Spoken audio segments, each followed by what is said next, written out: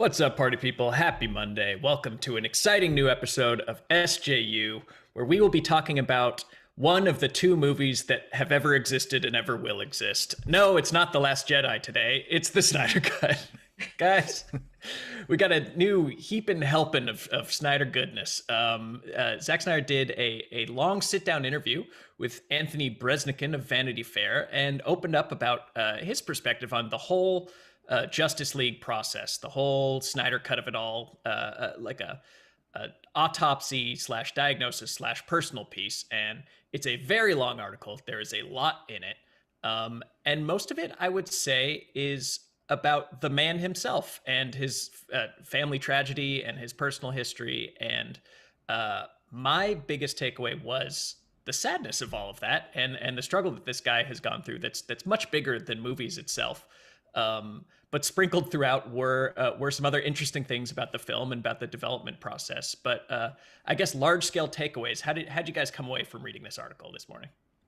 I was the same way. I think at the end of it all, I just felt like I was actually really moved by this. I was ready to roll my eyes super hard when I saw this is what we were talking about today. Like, ugh, I don't want to talk about this thing. I'm done talking about it. I haven't even seen it and I'm tired of it.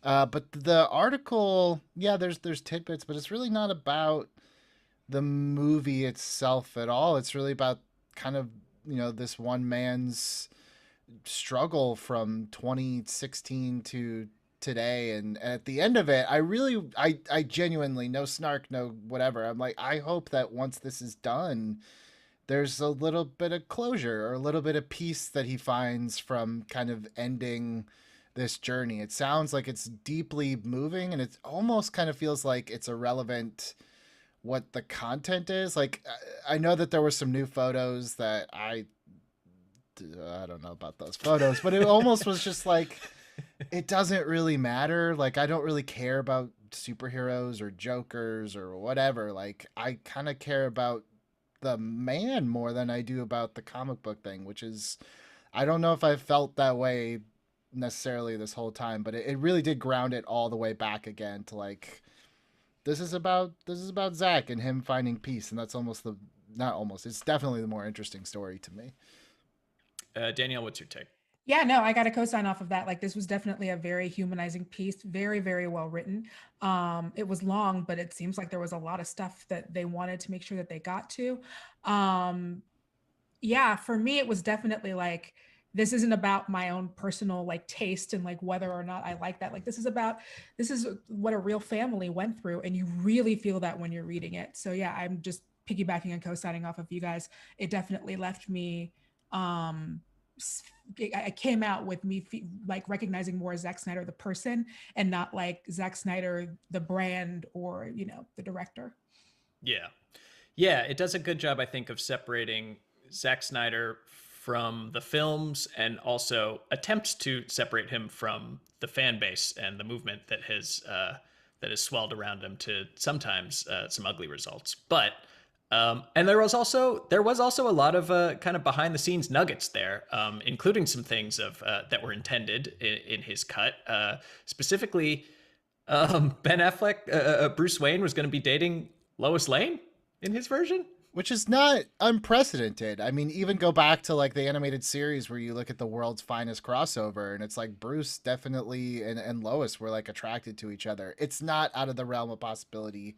Same as like Superman is hooked up with Wonder Woman. It's a little weird for this franchise for me because it's just like, wow, she was like really into Superman in this one. I don't know how they would pull that off in one movie, but that to me is like kind of the issue with the DCEU writ large is like they don't have time to let these stories play out at like a natural pace. So to see her with Batman that quickly, while the dust hadn't even stopped moving on top of Superman's grave, seemed like it'd be a pretty quick one. But you did also see from the interview that Kevin Tsujihara, since departed Warner Brothers chief, said that movie had to be 2 hours long, 2 hours, no more, and maybe less, but certainly no more than that. And that is tough. What do you guys think about that? Yeah, I mean, I remember the days of like uh, uh, 90 minutes, but there's so much that you're trying to cram into this one movie, that having to cut, because the version that we're getting is what, 4 hours long? Yes. So you imagine trying to condense all of that into a 2 hour movie. It gives me whiplash just with how fast everything would have had to come and go, I think. And that's the movie we got, right? Like Joss stepped in and said, "I can do it," and the result is what it is. Again, confirming something that I brought up last week is that Zack Snyder has never seen the Joss Whedon version of this movie. That his family and friends came out and said, "No, just don't." Yeah, one of the like most interesting little just like, oh, by the way, was that Nolan went and watched it and was like, hey bro, maybe stay away from this one.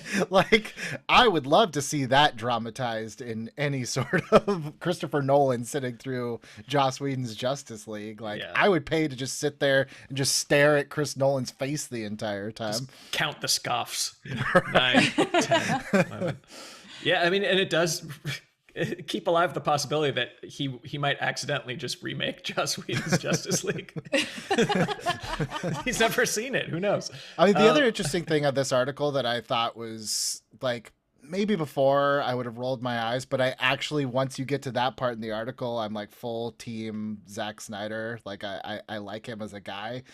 He was like, yeah, they wanted me to release the work print, which we all said this is what it was. Like, when we said there was no Snyder Cut for 2 years, we didn't mean like he didn't shoot anything and this is all a grand lie. It was like, no, it's just like an unfinished assembly cut.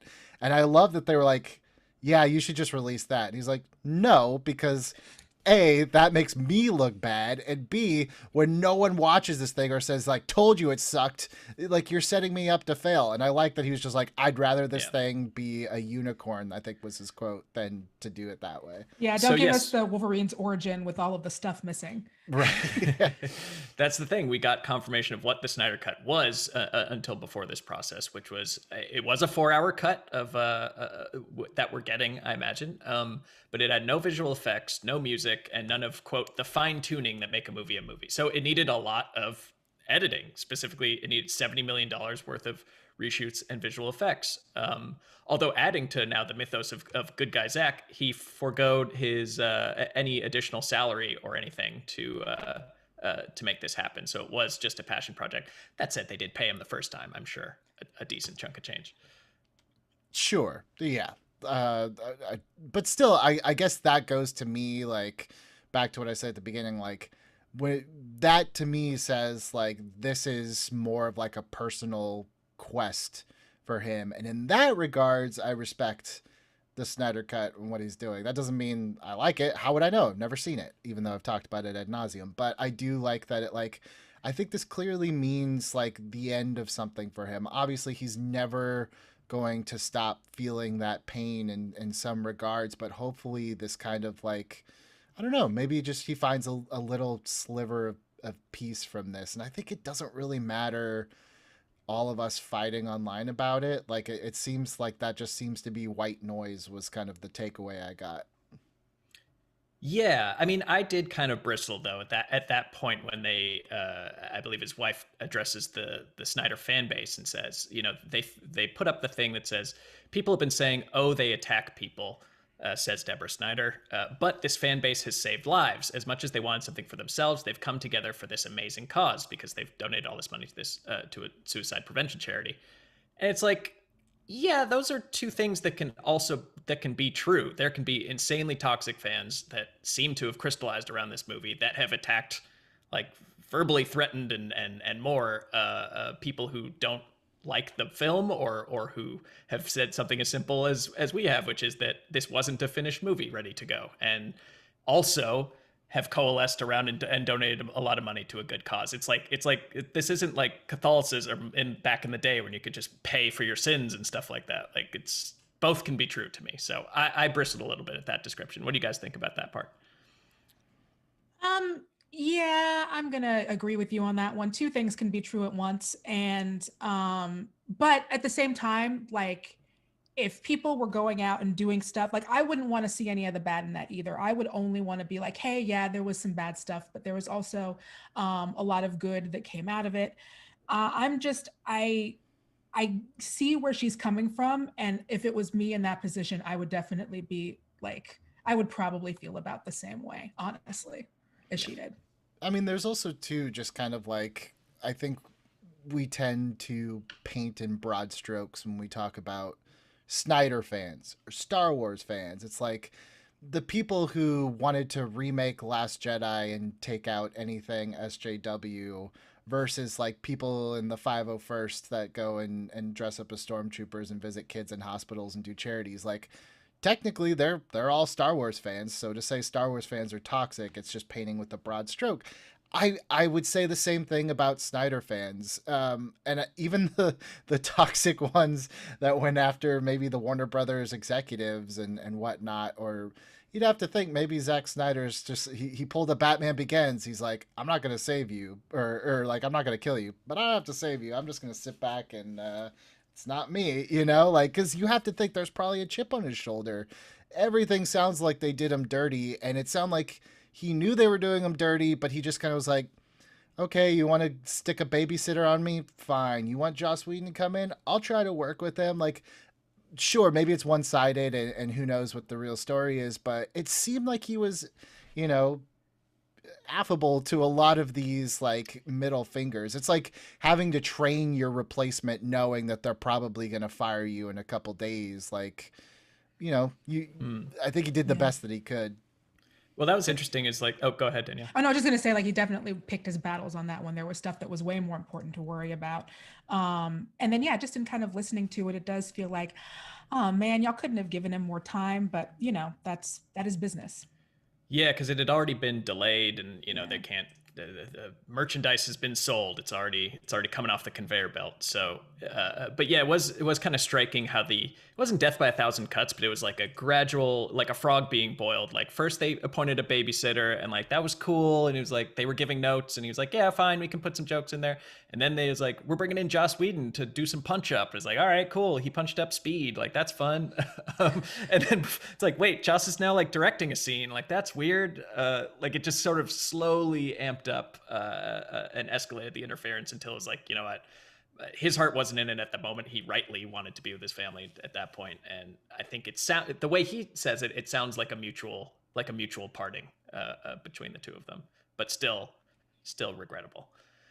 So look, I won't say thus ends the saga of the Snyder Cut because the movie has to come out, and God, Absolutely not. Absolutely not, says Ryan. I have yet to. The conversation is still going and will still go, and I look forward to the behind the scenes films and tell-alls and all this stuff we'll get about this movie from here on out. It's almost become. Oh God, don't put that image up. That's one. Honestly, that speaks to the power of this article and how I felt, because apparently this is embedded in the article webpage, and I must have just zoomed right past it and didn't see it. So yeah, you thought it was just an ad for something completely different, like Calvin Academy. Klein or something. I don't know. Yeah, I mean, look, I have a much more I think nuanced and favorable impression of the guy after this, but still, look, BVS was his unfiltered vision. I think you wouldn't fight that, and it's one of my least favorite movies. So look, I'm happy for him. I have my doubts about this. I am also though excited about his Netflix film, the like SEAL Team 6 in a zombie apocalypse thing. Like that seems like a take I can more get behind. Because as they say, there was a quote from a Warner Brothers executive who's like, people, you're either on board with Snyder's take or like you have your expectations about what these DC heroes should be, and that's not movable. So I guess I fall into that camp, and I'm really excited to see him go back to zombie movies, which is my favorite one of his, Dawn of the Dead. Fantastic. So we'll talk more about this film. Maybe it'll surprise me and become my favorite movie of all time. But Zack Snyder, you're all right, dude. And we wish the best for you and your family.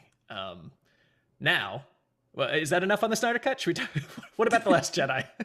What do you Can we Did we ever, by the way, speaking of Last Jedi, has anyone ever followed up with those guys that tried to raise the money to remake it themselves? Oh man, yes. We should see Yeah. where that money went. Yeah, I'll do Yeah. an investigation and I'll get back. Thank to you, Ryan. Yeah, track that down, and We got to follow the money. You follow the money, and let's get them over that goal, you guys. Let's band together. But thank you guys for watching to this point. Please subscribe and hit like and hit the bell so you don't miss a thing we do, including Fandom 5, which is coming back this Friday. That's our trivia show where you can win real money, but it's coming back on the Fandom Games channel, youtube.com/Fandom Games, because we're talking Nintendo this time. Your Hyrules, your Mushroom Kingdoms, things of that nature, your Splatoons. So our host, Bailey Myers, is going to be hosting the Fandom 5 on Fandom Games this Friday. Win a whole bunch of real money for a bunch of made-up stuff. For our second segment, we've got a poo-poo platter of news stories. We can go through these quickly, though I think Danielle might really want to dig into this one. The Mortal Kombat trailer dropped, and we didn't get to talk about it because it came out on Thursday and we weren't live. React. What do you think about that one? It looks so cool. It looks so cool.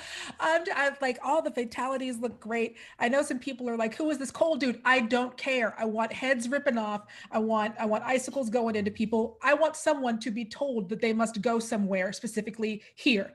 Like that's what I want. And it gave me the trailer's given me anything. And it's like Joe said this, but it's also the way that I feel about it. Is that look, it's whether it's bad or whether it's good, I'm having a fantastic time seeing this movie. Like I already know. Who knows if it's going to be like great, but I think it seems like it's might be a little lore heavy, which is like, that's fine. But as long as I get faces punched off, I am ecstatic. Yay, movies. Hooray, movies. Yes. Well, Billy, let's go to you first. Well, my favorite part of the whole trailer is pretty early. It let me know like, wow, this is going to be something special. It's a birthmark. What do you mean? He was born with it. That was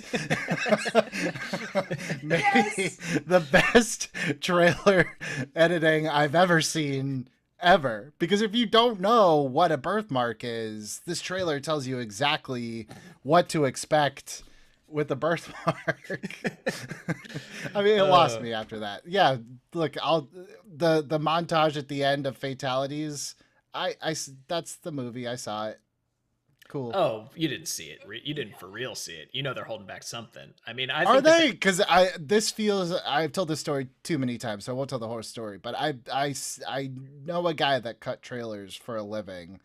And this has all the symptoms of they don't think this is good. So they're putting everything that they've got in the trailer to get you to watch it. Look, as long as it's bad and not boring, it's fine. Yeah, exactly. Mortal Kombat Annihilation is a fantastic watch. Thank you. Including the part where they get inside a man-sized pinball machine that crisscrosses the earth. It's fantastic. And yeah, clearly they got real martial artists, people who know how to fight. It's a grindhouse movie with like a multi-million-dollar budget. So that's my expectations for it. Is I want to see some kung fu fighting, and I want to see some guts where they shouldn't be. And that looks like it'll deliver. Now they just used like a tasteful string arrangement of the Mortal Kombat theme song, which no, we need the yell. We need to introduce each character as the techno is blasting at some point in that film. I'm too old to watch things ironically. This might be terrible.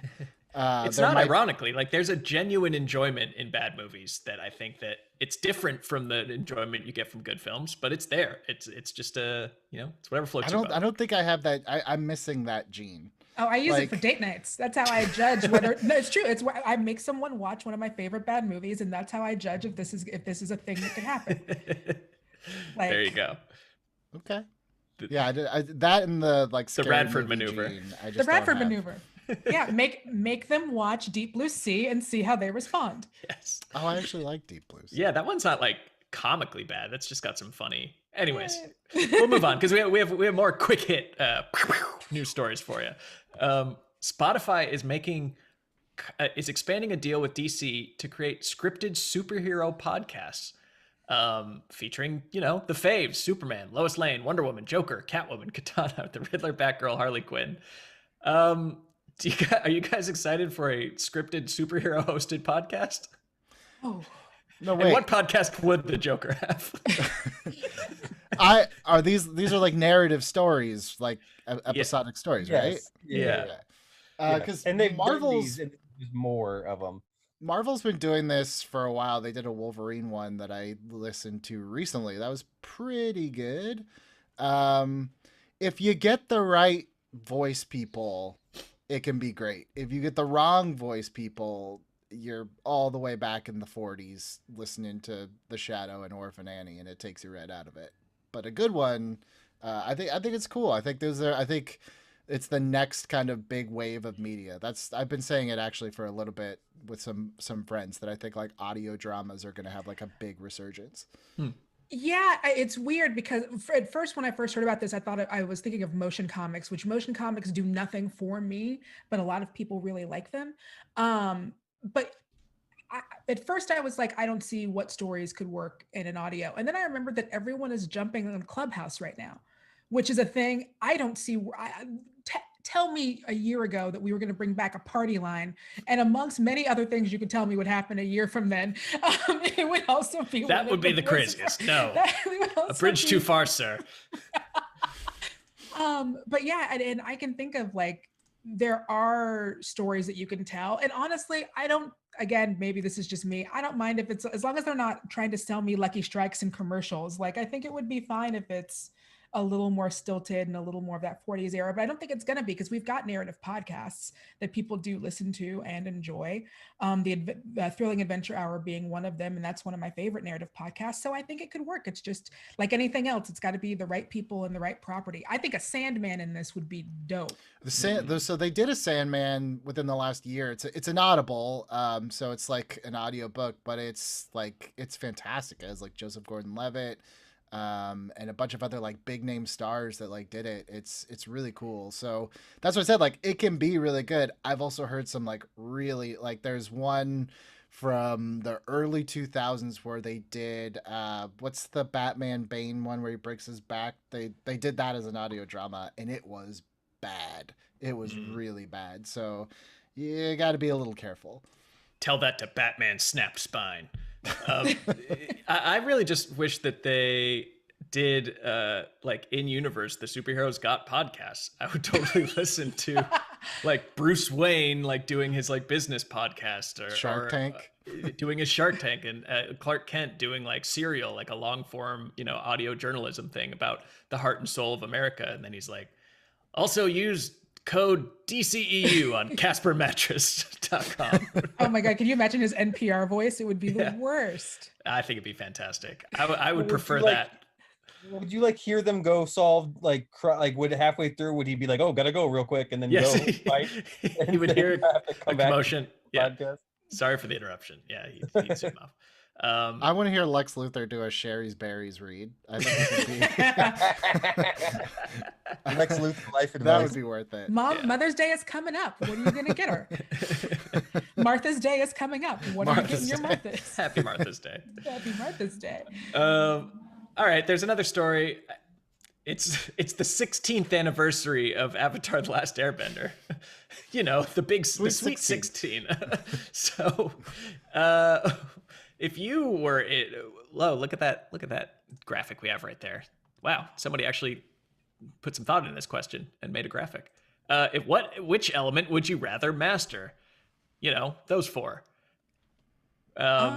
I guess, yeah, I'd probably do which one lets you boil people's blood? That's iron, or that's like earth bending, That's right? an extension of water bending. Water bending, excuse me. Yes. Yeah, I would like to do that. That's my pick. What do you guys got? I think maybe Earth, but I think this is more just like me showing solidarity with my brother Mati over on Captain Planet. So Mati was heart. Mati, oh, that's right. Man, I'm just messing up all over. Where's the heart one? Let me be heart. Heart. Yeah, you could just be a non. It sounds like a blood boil again. It sounds like all of you guys want to control people's blood. What's green? This person looks really happy. Green is Earth. That's Earth. I'll take that one. I like green. Green is one of my favorite colors. So I think being able to redirect blood flow in my body and others has a lot of potential uses, and could be for the right creative mind could go a lot further than the show did. And we'll just move on from there into live chat questions. Ooh. You've got Shout out to questions. the social team for making that graphic. Yeah, you've got questions. We've got answers. I don't know if you could tell. Trade secret. I've never seen that show before, but I Didn't think sound I like you got had. us through that segment. Yeah, that was pro. Yeah, that's improv training for you guys. So. Yeah, the only time you slipped up was right now when you explained how you have never seen the show. I think SJU is all about pulling back the curtain. It's showing That's you true. how the magic trick is done. That's true. We are the masked magician on Fox. Dude, that show's on Netflix. I watched it a couple years ago. Just like, I remember this when I was a kid. It is so sexist and misogynistic. I could not believe Mitch Pileggi, who is Skinner on X-Files, like, is not like triple canceled. Go Really? back and watch it. It is horrifying the way they talk about women on that show. Wow, it's been so long. God, I hate magic. Did you guys see that? I don't even want to say it, but that Derek Delgadio, in and of itself, like one-man show. Hal called me last week. He's like, "You have to watch this." Oh my God. And anytime someone tells me to watch something, it makes me not want to do it.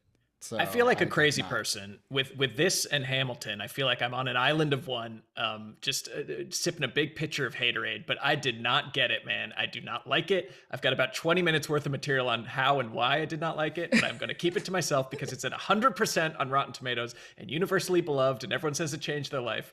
Ooh, boy. Anyways, wait, moving for on. Hamilton, did you see it just on Disney Plus, or did you go see it? Well, at first I listened to it and said, nope. And then I saw it on Disney Plus and said, no. Listening first that's a normal reaction, is a hard no. But I feel like it lost something on Disney Plus. Like, I really enjoyed it when I saw it live, and then watching it on Disney Plus, it was like a little bored. Okay. So fair enough. I'll see it when theater comes back. In the 2030s. All right, we got questions. Jarrett Johnson asks, I saw a Fandom article that says there will be a, quote, mind-blowing cameo for the Snyder Cut. Do you guys have a guess for who that is? Who it could be? I mean, haven't they kind of already let the cat out of the bag with that one? Oh, well, here, I'll raise my spoiler hands and put them down after Billy, we talk about spoilers. Go ahead. Didn't they already say that it's going to be that Lennox is actually Martian Manhunter? Yeah. Yes. So is that, I'm assuming does that's that probably blow what your it mind? is. I mean, I think it could potentially be cool. If I don't know how that's going to work. He doesn't seem like he's Martian Manhunter, but I don't know. All right. Yeah, he is now. All right. Yeah. And spoilers over. Okay. Let's see. James Bunt asks, what retired star would you like to come back? And shouldn't someone get Cameron Diaz a 4-camera sitcom? Huh. Those seem like two different questions, but sure. I'll take Cameron Diaz back. She did retire, didn't she? That's right. Is Daniel Day-Lewis unretired again yet? I can never keep up. He retires after every movie. Yeah, so I guess it'll be great to see him in his one movie in like 5 years again. Yeah.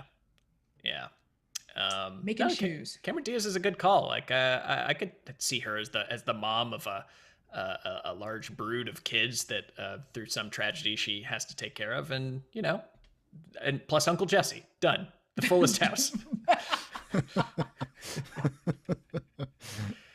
I guess he did something recently, so maybe this doesn't count anymore. But like, I lament that we lost a good chunk of Moranis time. I think there's we lost him in his kind of at his peak, and good for him. I think he just wanted to be a normal dad, but until someone like beat him up last year for no reason. Yeah, poor guy. Ugh.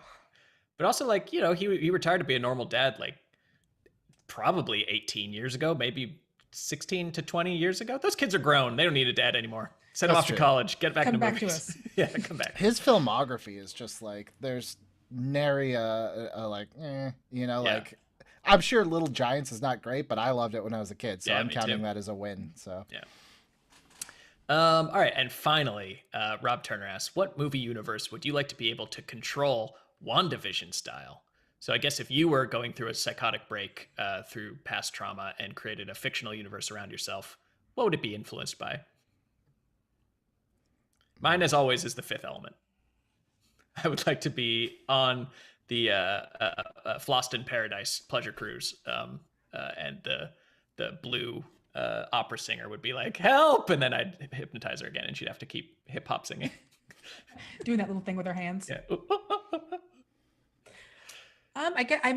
Look, I know I'm expected to say Mortal Kombat. I do not want to be in that universe. I think that's for funsy watching, not for being in. I think The Last Dragon. I would love to be in a universe where a cool kid catches bullets with his teeth, and I get to control the only Motown music videos that get played. It's just 24/7 El DeBarge. When you come into that's the one that I would control. Instead of the hex, it would be the glow. Yes. See, you get it. Can't get into the glow. Yeah. I don't sing it. We don't own it. Never mind. The power and the glory. Billy. I mean, if I'm trying to suppress a trauma, I would think something kind of like absurdist and comedic. I actually just watched Barb and Star go to Vista Del Mar, and it is uproariously hilarious because it's so weird and dumb. So that's a world that I'd be like, I could live in this world. Everything is just absolutely crazy and nothing makes sense. So I'll go there. Nice. All right, well, there you have it. Let us know where the pieces of your fractured mind would visit if you were us, and come back for more. Tomorrow we'll be doing commentaries. We'll be back Wednesday. We're doing all sorts of stuff this week. Check it out in the description below. Keep following us. Thank you, Billy. Thank you, Danielle. We'll see y'all soon. Bye-bye.